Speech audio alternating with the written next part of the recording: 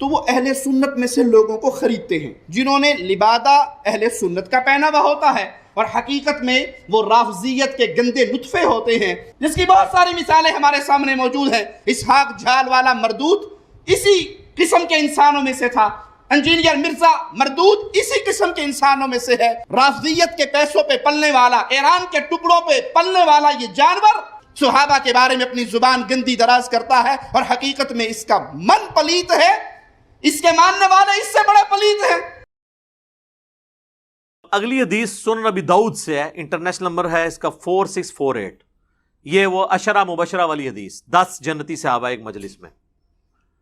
اب دیکھیں یہ حدیث بھی یہ لوگ پوری نہیں بیان کر سکتے، جو میں آپ سے کہہ رہا تھا نا کہ یعنی پردہ ڈالا جاتا ہے، تو اس میں بھی آپ دیکھیں امام ابو داؤد نے ان لوگوں کے نام چھپا لیے ہیں جو بیچ میں تھے اور فلاں فلاں کر کے بات کی ہے۔ الفاظ دیکھیں، عبداللہ بن ظالم تابعی بیان کرتے ہیں کہ جب فلاں شخص کوفے میں آیا تو اس نے فلاں شخص کو خطیب مقرر کیا۔ یار وہ جو آئے ہیں کوئی بندے کا نام ہی ہوئے گا نا، ٹھیک ہے۔ وہ پھر سنن نسائی الکبریٰ کے جو چیپٹر ہے اس میں آپ کو کھلے گا، جو چیپٹر امام ابن السنی نے نکالا تھا۔ پتہ چلا وہ کیوں نکالا تھا چیپٹر؟ تاکہ یہ فلاں فلاں والا بھی معاملہ اب، لیکن امام نسائی کا یہ چیپٹر تو آ چکا ہے نا جی، عربی میں تو پہلے سے تھا۔ یہ دونوں سسپینس ہیں، یہ فلاں فلاں کون تھا وہ اگلی روایت میں، ابھی آپ مزہ لیں اس کا۔ سیدنا عبداللہ بن ظالم تابعی بیان کرتے ہیں کہ پھر سیدنا سعید بن زید نے فرمایا 9 افراد کے بارے میں جنتی ہونے کی گواہی دیتا ہوں، اگر 10ویں کا ذکر کر دوں تو کوئی گناہ کی بات نہیں ہوگی۔ میں نے پوچھا وہ کون ہے؟ تو انہوں نے فرمایا کہ رسول اللہ صلی اللہ علیہ وآلہ وسلم کوہ ہیرا پر کھڑے ہو کر فرمانے لگے، اے ہیرا پہاڑ تھم جا، تجھ پر اس وقت نبی یا صدیق یا شہید تو موجود ہیں۔ پھر میں نے پوچھا وہ 9 افراد کون ہیں؟ تو سعید ابن زید نے کہا کہ رسول اللہ صلی اللہ علیہ وآلہ وسلم، ابو بکر، عمر، عثمان، علی، طلحہ، زبیر، سعد ابن ابی وقاص، عبد الرحمن بن عوف، یہ کل 9 ہوئے۔ اس میں حضرت ابو عبیدہ ابن جرح کا نام نہیں ہے۔ ابو عبیدہ ابن جرح کا نام جو ہے نا وہ ترمذی والی حدیث ہے 3747 عبد الرحمن بن عوف سے، اس میں ہے۔ اور ایک دوسرا شخص جو 10واں ہے وہ بھی جنت میں۔ تو ان کا یہ وہ 10واں کون ہے؟ تو پہلے تو انہوں نے کوشش کی کہ نہ بتایا جائے، ان کا 10واں میں ہوں، سعید ابن زید۔ اچھا جی، یہی حدیث جب آئی ہے نا سنن نسائی الکبریٰ میں، جس میں امام داؤد نے لکھا فلاں شخص فلاں کو ملنے ادھر آیا تو اس نے فلاں کو کھڑا کیا، اب سنیں وہ کیا کہتے ہیں۔ سیم سند ہے۔ عبداللہ بن ظالم تابعی رحمہ اللہ بیان کرتے ہیں کہ جب حضرت معاویہ بن ابی سفیان کوفے میں آئے تو حضرت مغیرہ ابن شعبہ نے کچھ خطیب مقرر کیے، یہ دونوں فلاں فلاں نام آگے، جو کہ سیدنا علی پر زبان درازی کر رہے تھے۔ الفاظ یتناولون، حضرت علی کے عیب بیان کرنے لگے۔ چنانچہ سعید ابن زید نے میرا ہاتھ پکڑا اور فرمایا اس ظالم کو دیکھتے ہو، یہ ایک جنتی شخص پر لعنت کروا رہا ہے۔ کون؟ یا مغیرہ ابن شعبہ کو انہوں نے کہا یا حضرت معاویہ کو۔ یہ مجھے کہتے ہیں جی ظالم مغیرہ کے الفاظ کدھر ہیں؟ وہ تو میں بتاؤں گا کہ وہ 6 دفعہ انہوں نے کہا اوئے مغیرہ، اوئے مغیرہ، کیونکہ اس حدیث میں الفاظ ہے کہ انہوں نے اوئے مغیرہ کو 3 دفعہ ریپیٹ کیا، تو 6 ہو گیا نا۔ تو میں رجوع کرتا ہوں، میں نے پچھلی دفعہ کہا تھا 3 دفعہ کہا، انہوں نے 6 دفعہ کہا۔ میں بھی رجوع کرتا ہوں چیزوں پہ، ٹھیک ہے جی۔ وہ آگے آئے گی حدیث، تو ایک جنتی شخص پر لعنت کرواتا ہے۔ پھر انہوں نے 9 افراد کے بارے میں گواہی دی، پھر وہی والی حدیث ریپیٹ ہو جاتی ہے کہ وہ کون سے جنتی ہیں، 10ویں خود۔ سنن نسائی الکبریٰ میں ایک اور حدیث ہے اسی فضائل صحابہ والے چیپٹر میں، یہی تابعی کہتے ہیں کہ میں سعید ابن زید کے پاس آیا تو میں نے عرض کی کہ کیا آپ اس ظالم شخص پہ تعجب نہیں کرتے کہ جس نے سیدنا علی پر سب و شتم کرنے کے لیے خطیب مقرر کیے ہوئے ہیں۔ یہاں پہ سب کا لفظ نہیں ہے، یشتمون علی، تو شتم کا لفظ تو ہوتا ہی گالی کے لیے، تنقید کے لیے نہیں، وہ کہتے ہیں سب کا لفظ یہ تھے، اس میں الفاظ ہے۔ تو انہوں نے فرمایا کیا وہ ایسا کرتا ہے واقعی، جبکہ میں گواہی دیتا ہوں کہ 9 افراد جنت میں ہیں۔ پھر انہوں نے وہی حدیث سنائی عشرہ مبشرہ والی، اور 10واں پھر اپنا ذکر کیا۔ اب یہ حدیث صحیح ابن حبان میں، مسند احمد اور کئی کتابوں موجود ہے۔ اب آ جائیں ایک اور حدیث جو سنن ابی داؤد کے اندر موجود ہے، سنن ابی داؤد سے اشرم بشرا والی حدیث ہی نہیں بیان کر سکتے. 4650. ایک تابعی ہیں، وہ کہتے ہیں کہ میں فلاں شخص کے پاس کوفے کی مسجد میں بیٹھا ہوا تھا اور اہل کوفہ بھی موجود تھے. پھر امام داؤد نے فلاں لکھ دیا. فلاں کا کوئی نام ہی ہوئے گا. کوفے کی مسجد میں، بڑی جامع مسجد میں بیٹھا ہوا تھا. وہ فلاں کون تھا؟ وہ حضرت مغیرہ ابن شعبہ تھے. امام احمد بن حنبل نے یہ حدیث نقل کر کے ان کا نام بھی لکھ دیا. امام داؤد کو شرم آئی کہ میں فلاں کر کے نام تو چھپا رہا ہوں. ظاہر ہے انسان کا ضمیر تو ملامت کرتا ہے، سچائی تو پھر کھٹکتی ہے. آپ حیران ہوں گے، اس حدیث کے بعد نا امام داؤد نے ایک حدیث لی ہے، اس میں تو انہوں نے فلاں لکھ دیا. دونوں حدیثوں میں فلاں فلاں کر کے نا فلاں کو بچا لیا. پھر اس کے بعد اچانک ایک حدیث لے کے آتے ہیں جس کا اس پورے چیپٹر سے خلافت کے کوئی تعلق نہیں ہے. اور وہ حدیث یہ لے کے آتے ہیں کہ جب سہیل ابن عمرو صلح حدیبیہ کے موقع پر حضور علیہ السلام سے معاہدہ کرنے آیا تو وہ بار بار حضور کی داڑھی کی طرف ہاتھ بڑھاتا تھا. بعض لوگوں کو عادت ہوتی ہے نا داڑھی کو ہاتھ لگا کے بات کرنا یا ٹھوڑی کو. تو کہتے ہیں ایک شخص وہاں کھڑا تھا جس نے اپنے تلوار کی جو ہاتھ والی سائڈ ہے نا، جہاں سے دستی اس کو پکڑا جاتا، تو وہ اس کے ہاتھ پہ اس نے ماری. اس نے کہا اپنے جو ہے نا ہاتھ رسول اللہ کی داڑھی سے پیچھے کر. تو وہ کہتے ہیں وہ شخص حضرت مغیرہ ابن شعبہ تھے. اس حدیث کا خلافت کے چیپٹر کے ساتھ کوئی تعلق ہے؟ وہ اصل یہ بتانا چاہ رہے تھے کہ یہ جو فلاں شخص ہے نا وہ مغیرہ ابن شعبہ ہے اور وہ صحابی ہے اور صلح حدیبیہ کا صحابی ہے. پھر وہ حدیث لے کے آتے ہیں، مسلم شریف میں بھی حدیث ہے کہ نبی علیہ السلام نے فرمایا کہ جنہوں نے درخت کے نیچے میرے ہاتھ پہ بیعت کی ہے، میں اللہ سے امید کرتا ہوں ان کو آگ نہیں چھوئے گی. صلح حدیبیہ والے. یہ مسئلہ ہم آگ کا جہنم یا جنت نہیں کسی کی طے کر رہے ہیں، ہم تو یہ کہہ رہے ہیں کہ کس کے ایٹیچیوڈ کی خمیازہ آج ہم بھگت رہے ہیں. آج اگر ہمارے پاس طاقت ہو ہم ان کو دوبارہ دنیا میں لیں اور ان کہیں کہ حضرت دیکھیں آپ لوگوں کی وجہ سے اس وقت امت کی کیا حالت ہوئی ہے، تو وہ بھی اپنے اس عمل کے اوپر پچھتائیں، چاہے وہ حضرت معاویہ رضی اللہ تعالیٰ عنہ ہوں، عمر بن عاص ہوں یا مغیرہ ابن شعبہ ہوں رضی اللہ عنہم اجمعین.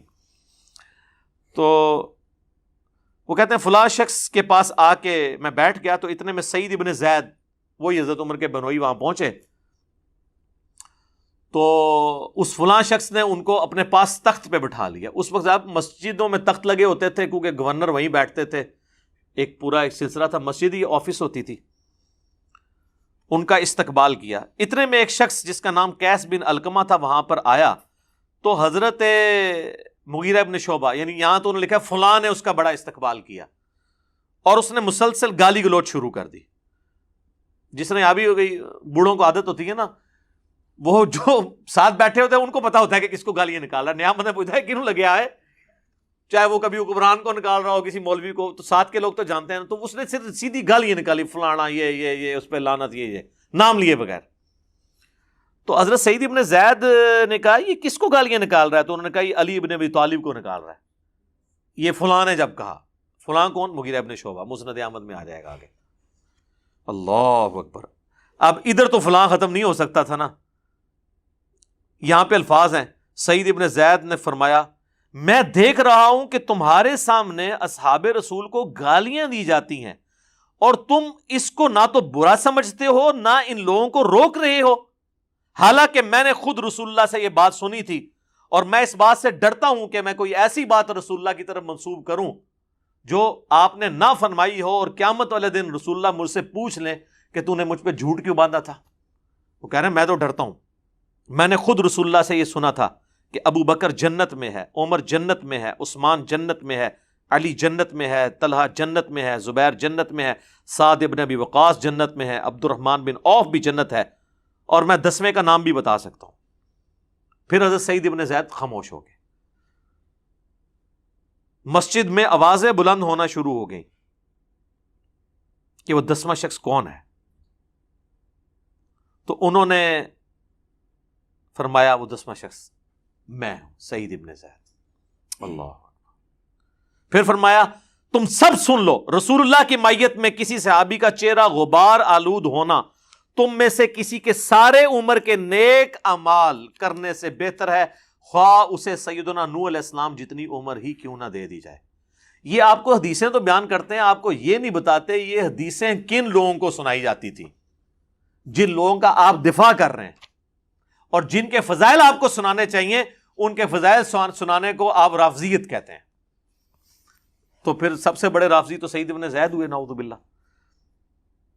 یہی حدیث پھر مسند احمد میں نے پورا اس کا ایک طریق نقل کیا، اس میں الفاظ موجود ہیں، اور اس میں الفاظ ہے جب وہ گالیاں دیتا ہے نا وہ قیس بن علقمہ، تو حضرت سعید ابن زید غصے میں کہتے ہیں اوئے مغیرہ، اوئے مغیرہ، اور حدیث کے الفاظ ہیں وہ 3 دفعہ کہتے ہیں، یعنی 6 ہو گئے۔ تو کہتے ہیں یہ کہاں؟ وہ کہتے ہیں جی صحابی سے اس طریقے سے تو نہیں بات کر سکتا تھا۔ یار حضرت علی پہ لعنت ہو رہی ہو تو یہ کہا جائے گا کہ پیارے مغیرہ بھائی جان یہ کیا کر رہے ہیں آپ؟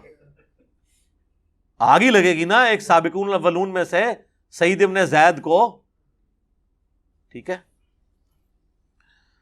اللہ اکبر۔ پھر انہوں نے پوری وہ حدیث بیان کر دی۔ ایک اور حدیث سنن نسائی الکبریٰ کے اندر ہے، وہی فضائل صحابہ والے چیپٹر میں، اس میں تو واضح الفاظ ہیں کہ وہی تابعی عبداللہ کہتے ہیں کہ حضرت مغیرہ نے خطبہ دیا اور اس میں سیدنا علی کو سب و شتم کا نشانہ بنایا، تو اس پہ سعید ابن زید نے فرمایا میں گواہی دیتا ہوں کہ میں نے رسول اللہ سے خود سنا تھا، اے ہیرا پہاڑ تھم جا، تجھ پر اس وقت نبی، صدیق اور شہید ہی تو ہیں۔ پھر نبی علیہ السلام نے فرمایا ابو بکر، عمر، عثمان، علی، طلحہ، زبیر، سعد ابن ابی وقاص، عبد الرحمن بن عوف اور سعید ابن زید سب جنت میں ہیں۔ عشرہ مبشرہ کی رٹ لگائی ہوتی ہے اہل سنت کے ہاں، یہ عشرۃ مبشرۃ حدیث بھی نہیں 10 جنتی صحابہ کی بیان کر سکتے، آدھی بیان کرتے ہیں۔ ایک اور حدیث سنن نسائی الکبریٰ کے اندر یہی تابعی کہتے ہیں کہ میں سعید ابن زید کے سامنے بیٹھا تھا تو وہ فرمانے لگے ہمارے حکمران ہمیں حکم دیتے ہیں کہ ہم اپنے بھائیوں پر لعنت کریں۔ الفاظ ہیں نلعن اخواننا، یہ کہتے ہیں سب کا مطلب تنقید ہے، اس میں لعنت کے الفاظ ہیں، اور بے شک ہم تو کبھی لعنت نہیں کریں گے بلکہ ہم تو ان کے لیے اللہ کی بارگاہ میں دعا ہی کریں گے۔ میں نے رسول اللہ سے خود یہ بات سنی تھی کہ آپ فرما رہے تھے عنقریب میرے بعد بہت فتنے ہوں گے۔ بنو امیہ کو سعید ابن زید کہہ رہے تسی وہی فتنے ہو جڑے حضور نے دسے سن، ساڑھے تے مسلط ہو گے، اور ایسے ایسے ہوگا۔ اسی دوران ایک شخص وہاں آیا اور اس نے سعید ابن زید سے کہا میں تو حضرت علی سے دنیا میں ہر چیز سے بڑھ کے محبت کرتا ہوں۔ ہم تو کہہ رہے ہیں سبحان اللہ، یہ لوگ ہوتے کہتے ہیں اس کو ایران سے فنڈ آتا ہے، رسول اللہ سے بھی بڑھ کے محبت کرتا ہے، یقیناً رسول اللہ سے بڑھ کے نہیں کرتا۔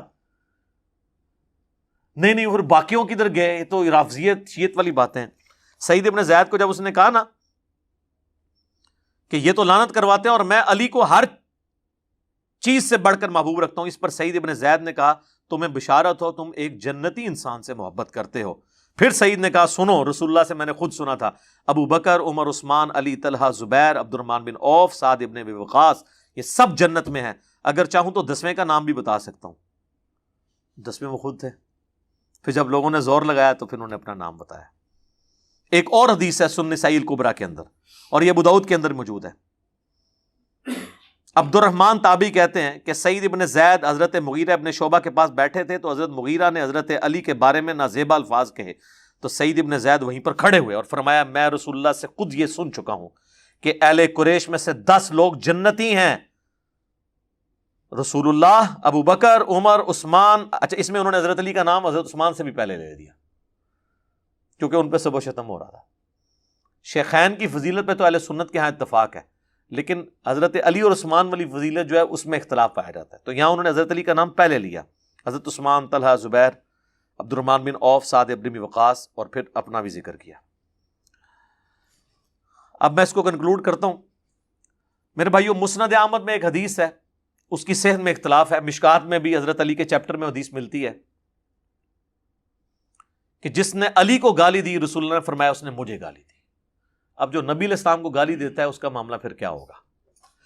اس کی سند پہ اختلاف ہے، لیکن شیخ زبیر لیزئی صاحب اللہ تعالیٰ ان کی قبر کو نور سے بھر دے، ان کو نیک کاموں کا اجر دے، انہوں نے بڑا انصاف کیا۔ انہوں نے مشکات میں حدیث آئی نا تو اس کی فوٹ نوٹ پہ لکھا کہ اس کی سند تو ضعیف ہے، لیکن جو روایت مسند ابی یعلا میں موجود ہے، جو الموجب الصغیر طبرانی میں بھی ہے، اور سنن نسائی الکبریٰ جس کو امام ابن سنی نے جو چیپٹر نکال دیا تھا اس کے اندر بھی موجود ہے، خصائص علی اور یہ والا چیپٹر 2، یہ خصائص علی والے چیپٹر میں، کہ ابو عبداللہ تابعی بیان کرتے ہیں کہ ام المومنین سیدہ ام سلمہ جو ہماری ماں سب سے آخر میں فوت ہوئی ہیں، واقعہ کربلا کے بھی 3 سال بعد 64 ہجری میں واقعہ کربلا ان کی زندگی میں ہوا ہے. ام سلمہ وہ کہنے لگی کہ تمہارے ممبروں پر رسول اللہ کو گالیاں دی جاتی ہیں. تو تابعی کہنے لگا معاذ اللہ، یہ کیسے ہو سکتا ہے؟ تو انہوں نے کہا کیا تم حضرت علی اور ان سے محبت کرنے والوں کو گالیاں نہیں دیتے ہو؟ یہ کہتے تھے علی پر لعنت نعوذ باللہ، علی سے محبت کرنے والوں پر لعنت نعوذ باللہ. تو ام سلمہ نے کہا کہ تم رسول اللہ کو گالیاں دے رہے ہو، کیا تم یہ نہیں کہتے ہو علی اور اس سے محبت کرنے والوں پر لعنت؟ اور میں نبی کی بیوی گواہی دیتی ہوں کہ علی سے سب سے زیادہ محبت رسول اللہ کیا کرتے تھے. تم جب یہ کہتے ہو نا کہ علی سے محبت کرنے والوں پر لعنت، تو یہ حضرت علی سے سب سے زیادہ محبت کرنے والے خود رسول اللہ تھے صلی اللہ علیہ وآلہ وسلم. اس پہ تو میں وہ آیت ہی پڑھوں گا، سورۃ الاحزاب کی آیت نمبر 57 جو آیت درود سے اگلی آیت ہے. ان الذین یؤذون اللہ ورسولہ لعنہم اللہ فی الدنیا والآخرہ وأعد لهم عذابا مہینا. بے شک جو لوگ اللہ اور اس کے رسول کو تکلیف دیتے ہیں ان پر اللہ کی لعنت ہے، دنیا میں بھی اور آخرت میں بھی، اور اللہ تعالیٰ نے ان کے لیے ذلیل و خوار کر دینے والا عذاب تیار کر رکھا ہے. والعیاذ باللہ تعالیٰ. اللہ کی لعنت ہے جو یہ حرکت کر رہے ہیں. ہم لعنت نہیں بھیجتے، ہمیں نبی الاسلام نے اس سے منع کیا ہے. ہم جھوٹے کو بھی ڈائریکٹ نہیں کہیں گے کہ تو لعنتی ہے، ہم یہ کہیں گے تیرے اس عمل کی وجہ سے تو لعنت کا مستحق ہوا. یہ ایک شرعی مسئلہ آپ یاد رکھیں. ہمارا جو اختلاف ہے نا روافظ کے ساتھ، غالی شیعوں کے ساتھ، وہ یہ ہے کہ آپ لعنت آپ نہ بھیجیں، جس نے کیا وہ خود بھگتے گا، اور جو فوت ہو چکا وہ اپنے انجام کو ویسے ہی پہنچ چکا، ضرورت ہی نہیں ہے. تو یہ ایک ٹاپک ہے، میں نے اس کے اوپر ایک ریسرچ پیپر لکھ دیا ہے. اس سے کئی ایک ٹاپک اور جڑے ہوئے ہیں جو میں نے الحمدللہ 6 ٹاپکس کے اندر ایک ریسرچ پیپر لکھا ہے. واقعہ کربلا کا حقیقی پس منظر 72 صحیح الاسناد احادیث کی روشنی میں. یہ 72 کا ٹائٹل تو شہدائے کربلا کی نسبت سے ہے، ادروائز اس میں حدیثیں 200 سے زیادہ ہیں. ایک ایک نمبر پہ کئی حدیثیں ہیں. صرف 33 نمبر پہ جو میں نے غدیر خم کی حدیث لی ہے نا، اس میں 8 روایتیں میں نے نقل کی ہیں. نمبر 1 ہی دیا ہے اس کو 33، تاکہ 72 کی نسبت قائم رہے. یہ اللہ کے فضل سے عربی میں بھی ہے، سب سے پہلے عربی میں لکھا، پھر اردو ترجمہ ہوا، پھر ہندی ترجمہ ہوا، پھر انگلش ہوا. انٹرنیشنل پمفلٹ ہے، اور اس میں اکثر حدیث بخاری اور مسلم سے ہیں. حدیثوں کے نمبر علماء حرمین اور بیروت کی انٹرنیشنل نمبرنگ کے اوپر ہیں. جو عربی کتابیں چھپتی ہیں دارالاسلام کی یا دارالکتب العلمیہ کی.